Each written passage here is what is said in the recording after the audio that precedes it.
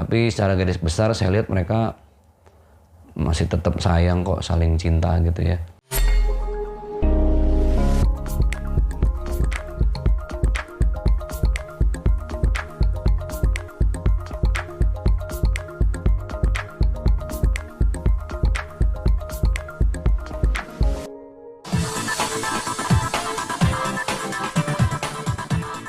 Pertemuan dengan Bang Vicky alhamdulillah, jadi kronologisnya emang beberapa hari yang lalu beliau WA ke saya, Ustadz ada waktu kapan nih mau ngobrol sama Ustadz, sama istri saya juga nih lagi ada masalah dikit katanya gitu.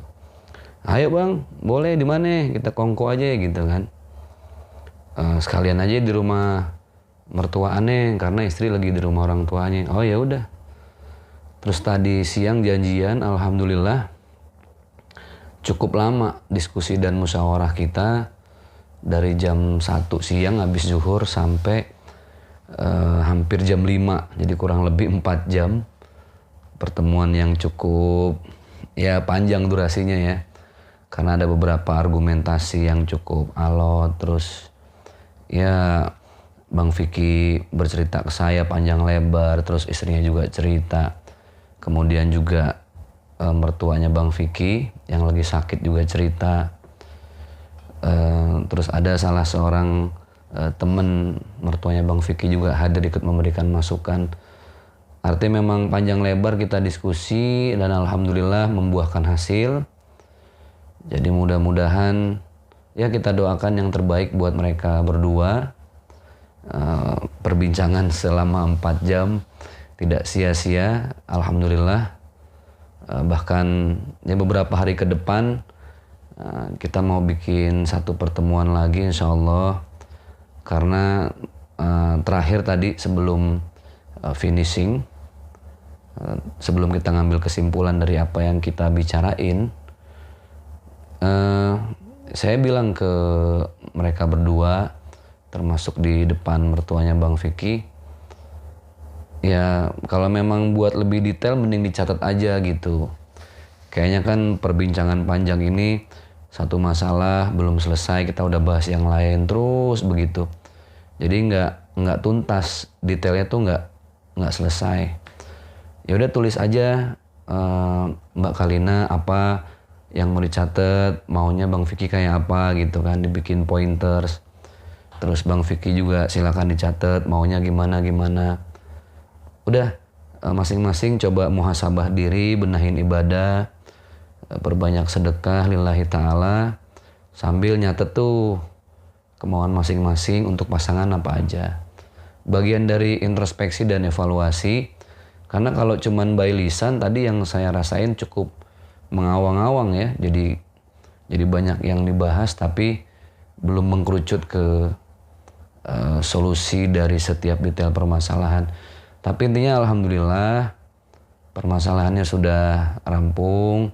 Bang Vicky udah minta maaf juga, istrinya juga sudah minta maaf, sudah saling memaafkan lah.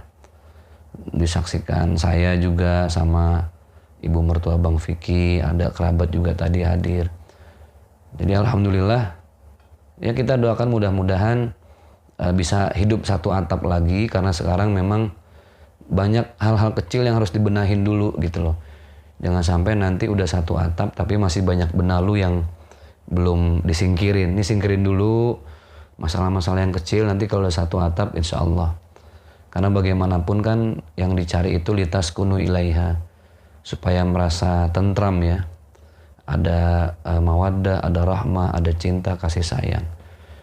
Itu kurang lebih hasil pertemuan tadi dengan Bang Vicky, istri, ibu mertua beliau, dan ada salah seorang kerabat. Jadi kita tadi berlima alhamdulillah. Kalau isu perceraian sih tadi saya perhatikan sebenarnya banyak hal yang Bang Vicky ngucapin sesuatu dalam keadaan emosi. Ya namanya keadaan emosi nggak terkontrol gitu ya. Tapi garis besarnya saya lihat mereka masih saling sayang, saling cinta. Tadi Bang Vicky juga saya tanya lebih tegas lagi, Bang Vicky gimana, masih mau mempertahankan rumah tangga apa enggak? masih sayang sama Mbak Kalina apa enggak.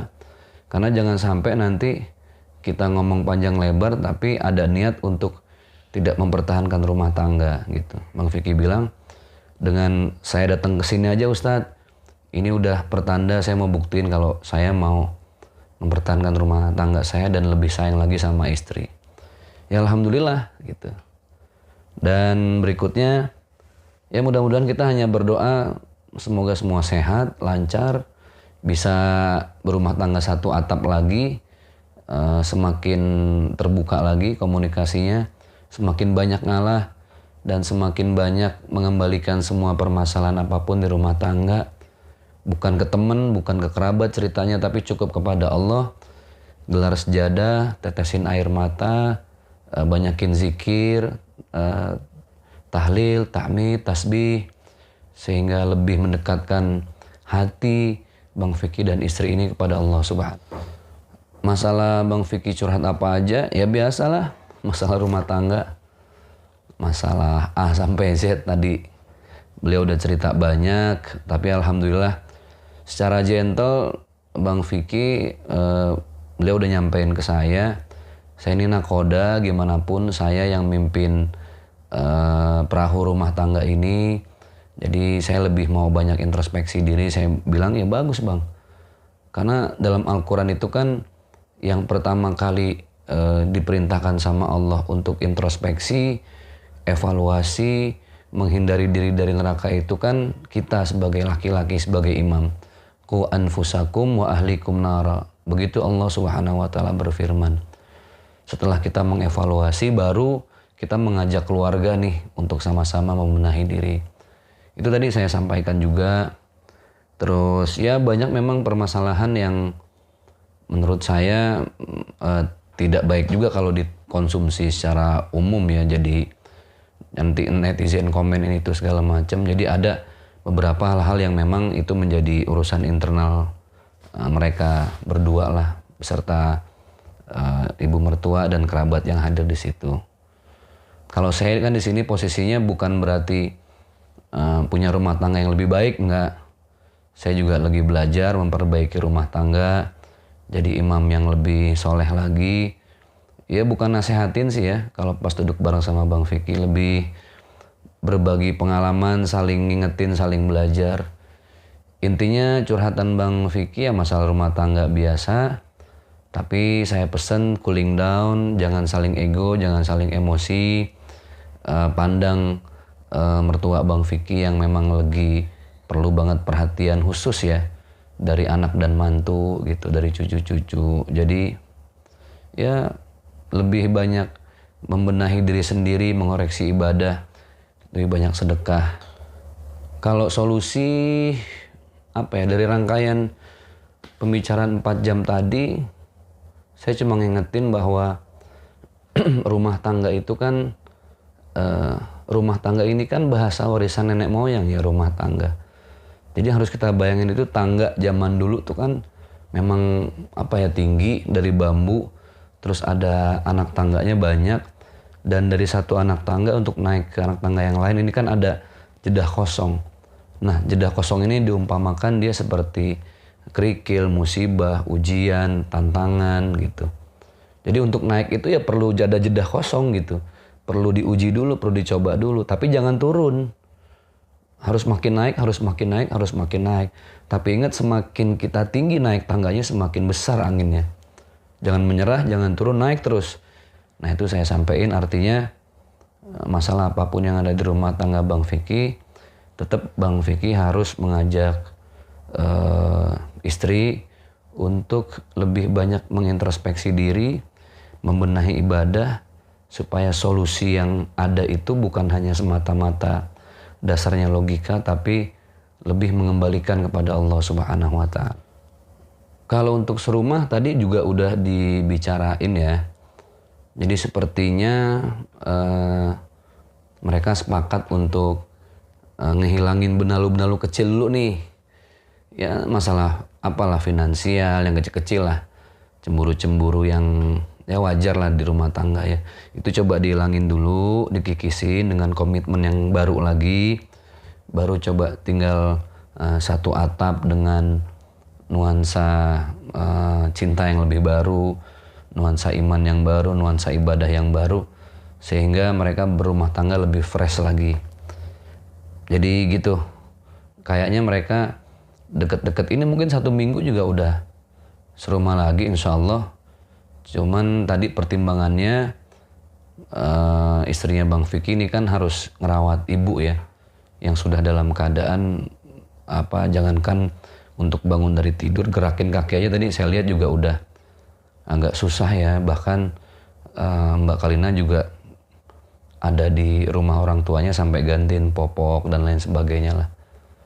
Mungkin ini harus dibicarakan lagi, diurun rembuk lagi, supaya bagaimana caranya secepat mungkin bisa lagi satu atap. Amin ya Rabb.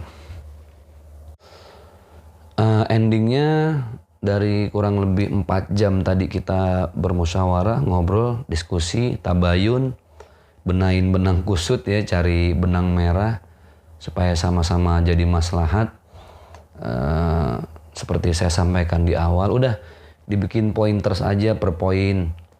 Mbak Kalina maunya apa? Kan banyak nih tadi yang sudah dibahas satu-satu, tapi kan tidak terselesaikan secara baik tuh. Nah, makanya kalau dibikin poin, Bang Vicky juga bikin poin, nanti ada waktu kita ngobrol bareng lagi, lebih santai lagi, supaya dari keinginan masing-masing tuh terdeteksi dan solusinya juga jelas. Ada yang nyaksiin, ada yang ngeliat. Jadi suatu saat ketika mereka sudah satu atap, kalau di antara kedua belah pihak dari mereka ada yang lupa, nah saya mungkin ibu mertua Bang Vicky juga bisa ngingetin lebih lanjut bahwa ada kesepakatan-kesepakatan yang sudah ditandatangani bersama. Jadi itu ya buat maslahat lah supaya mereka saling menjaga. Tapi secara garis besar saya lihat mereka masih tetap sayang kok, saling cinta gitu ya. Tadi selesai diskusi pun saya sempat diajak makan, kita bertiga makan bareng, ngobrol. Istri Bang Vicky nyiapin sayur asem, terus teri gitu ya, khas Betawi lah. Ada sambal pakai emping, itu khusus disiapkan oleh istrinya untuk Bang Vicky. Artinya kan memang mereka masih saling membutuhkan gitu ya. Cuman karena ego dan gengsi masing-masing aja yang alhamdulillah sudah mulai mencair. Ya, tinggal kita doakan bersama, mudah-mudahan Bang Vicky beserta Mbak Kalina ini rumah tangga yang terakhir ya. Ya mau kemana lagi gitu loh, udah semakin berumur, semakin tua. Kalau bukan punya rumah tangga yang ideal, yang sakinah mawaddah warahmah, bekal apa lagi yang mau kita persembahkan untuk Allah nanti sebagai oleh-oleh terindah sepanjang hidup kita dari dunia ini. Betul, keberadaan rumah tangga bisa dirasakan nikmatnya di dunia, sehingga menjadi pasangan sampai di akhirat nanti. Jadi jangan sampai pernikahan yang sakral, sebuah ibadah yang tanggung jawabnya berat di mata Allah, dijadikan main-main hanya untuk sekedar melampiaskan nafsu belaka. Nauzubillah min dzalik. Bismillahirrahmanirrahim. Qala Nabi sallallahu alaihi wasallam, baginda Rasulullah beliau bersabda, "An-nikahu sunnati, faman raghiba an sunnati fahuwa laisa minni." Nikah itu adalah sunnahku. Jadi barang siapa yang tidak mengikuti sunnahku, dia bukan bagian dari umatku. Ini menandakan bahwa betapa Rasulullah sangat memberikan perhatian yang khusus untuk urusan pernikahan, sampai orang menikah ini dikatakan oleh Rasul sudah menyempurnakan separuh imannya. Jadi tidaklah sempurna iman seseorang sebelum dia menikah, karena ini satu hal yang sakral. Jadi satu hal yang sakral ini bukan hanya untuk kenikmatan sesaat ya. Makanya dalam surat Ar-Rum ayat 21, Allah Subhanahu wa taala menjelaskan dengan jelas banget, tegas, fungsi pernikahan itu adalah bagi seorang laki-laki litaskunu ilaiha, agar si laki-laki ini merasa tentram dengan keberadaan istri. Wa ja'ala bainakum mawaddata wa rahmah. Mawaddah wa rahmah itu kan mawaddah cinta, rahmah kasih sayang. Cinta ini sesaat, lebih kepada fisik ya, apapun yang bersifat duniawi. Tapi kalau rahmah ini kasih sayang. Jadi kalau orang cuma mendapatkan cintanya saja ketika menikah, maka dia jauh dari keberkahan. Padahal orang berumah tangga itu adalah nilai ibadah. Ibadah yang paling nikmat, ibadah yang paling enak itulah pernikahan. Tapi tetap tidak lepas dari pertanggungjawaban. Nah, semua kan kembali kepada niat. Innamal a'malu binniyat wa innamal likulli imri'in ma nawa. Saya ulang ya, tadi dipotong Bang. Innamal a'malu binniyat wa innamal likulli imri'in ma nawa. Jadi segala pekerjaan kita itu harus dilihat dari niat awalnya untuk apa. Jadi kalau pernikahan hanya untuk sekedar menghindari zina di mata Allah, melampiaskan nafsu, dia nggak dapat keberkahan, nggak dapat kebahagiaan, mungkin cuma dapat kesenangan. Karena orang menikah itu kan yang mau dicari 3 ya, nggak cuma senang, tapi bagaimana dia mencari bahagia, dan yang paling mulia bagaimana meraih berkah dari pernikahan. Senang itu diukur ketika pernikahan niatnya hanya untuk ya kenikmatan syahwat belaka. Senangnya dapat, tapi nggak akan nemu bahagia. Karena orang yang bahagia dalam rumah tangga ketika dia bersyukur, apapun kekurangan istrinya, apapun kekurangan suaminya, dia akan bahagia, akan menerima apa adanya.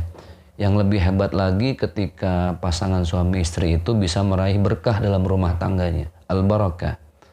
Keberkahan itu ketika suami istri di rumah tangga, hidupnya bisa bermanfaat tuh buat siapapun, buat tetangga, selalu rutin dengan sedekah anak yatim di rumahnya, ada pengajian majelis ilmu setiap minggu. Jadi betul-betul keberadaan rumah tangga bisa dirasakan nikmatnya di dunia, sehingga menjadi pasangan sampai di akhirat nanti. Jadi jangan sampai pernikahan yang sakral, sebuah ibadah yang tanggung jawabnya berat di mata Allah, dijadikan main-main hanya untuk sekedar melampiaskan nafsu belaka. Nauzubillah.